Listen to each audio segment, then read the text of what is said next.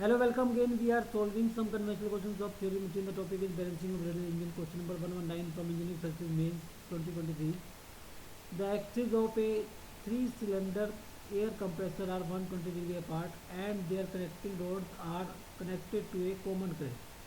The length of each connecting rod is 200 mm and the stroke is 160 mm. The mass of the reciprocating parts per cylinder is 2 kg. Find the maximum primary and secondary forces acting on the frame of the compressor when running at 2500 rpm.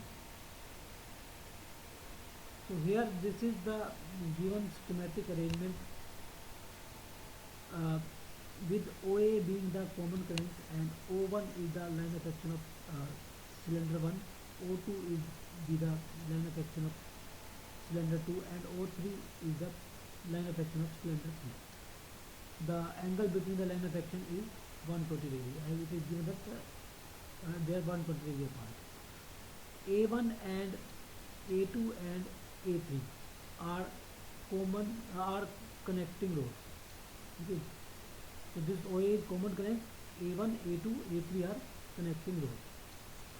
So here stroke length is given, that is 160 mm. So R is half of stroke length, so that is 0.16 by 2 or 0.008 meter. Okay. Length of connecting rod is 200 mm or 0.2 meter. RPM is 2500 RPM. Mass is 2 kg. N is L by R. L is 0.2. R is 0.08. So that is 2.5. Okay. So now this problem can be solved by using direct and reverse crank method. In this method, there are two cranks. One is placed along the given crank and other is placed in the reverse direction to the line of action of given cylinder, and on each crank, direct and reverse crank, half of the mass is placed. Here on the direct crank half of the mass is placed and on the reverse crank half of the mass is placed. How we will do this like this? Here first of all we will locate the primary crank. So this is the common crank. Okay, and line of action of this one and common crank is same or 0 or angle between them is 0. So this is the crank of first cylinder. Okay, similarly this is the line of action of cylinder 2 and this is the angle 120. Okay, so we'll place the primary direct crank along the crank of the given system. So this is the line of action of this cylinder 2. So we'll place primary direct crank 120 degree to the line of action of 2 or along the given crank. So this is the primary direct crank of cylinder 2 also. Okay, similarly the line of action of cylinder 3 is making 120 degree to the common crank. So we'll go in this direction and place direct crank here. So this common crank will be the primary direct crank of 1, 2 and 3. Okay, now to locate reverse crank, as angle between line of action of 1 and common crank is 0, so reverse crank will also be in the same position for 1.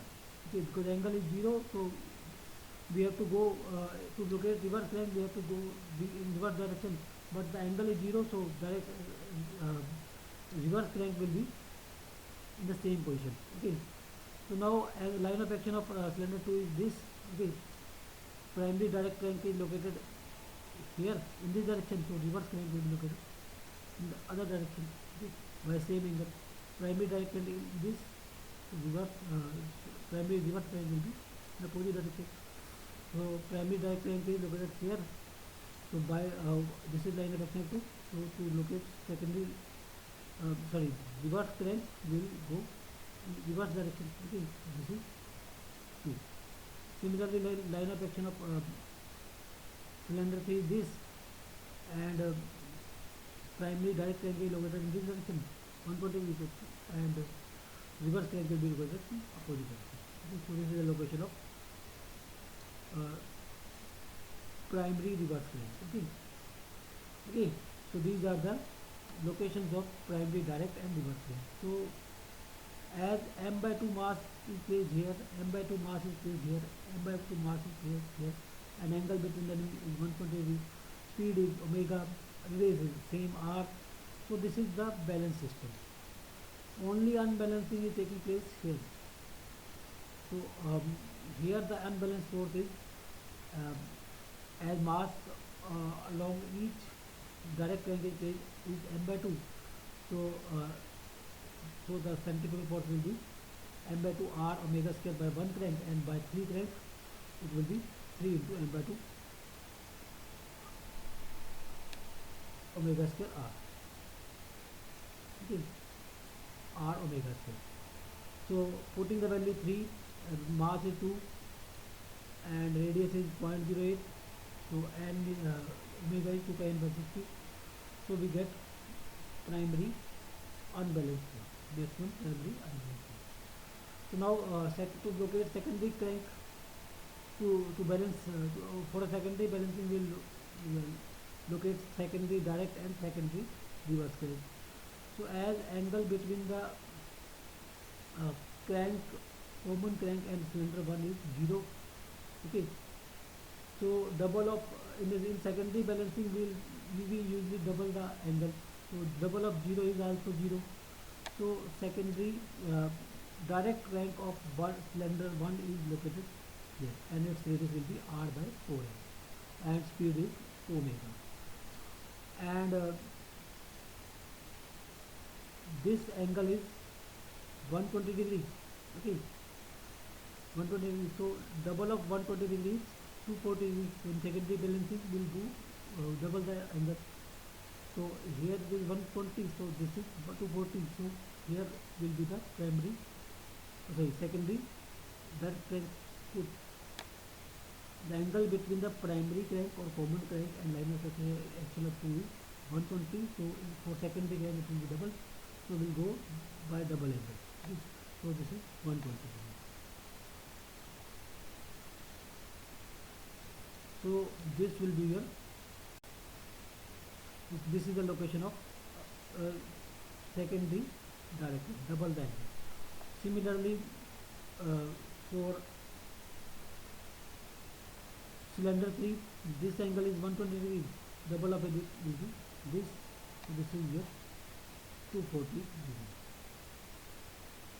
Okay, so the secondary direct crank will be located here. Okay, so now to locate reverse crank, will go in reverse direction. So to go in reverse direction, as angle between this is 120 degree, double it 240. So by going in opposite direction will reach here. Okay, similarly by angle between this crank is 120 degree here, by in reverse direction will be here. So secondary reverse crank will be in same direction.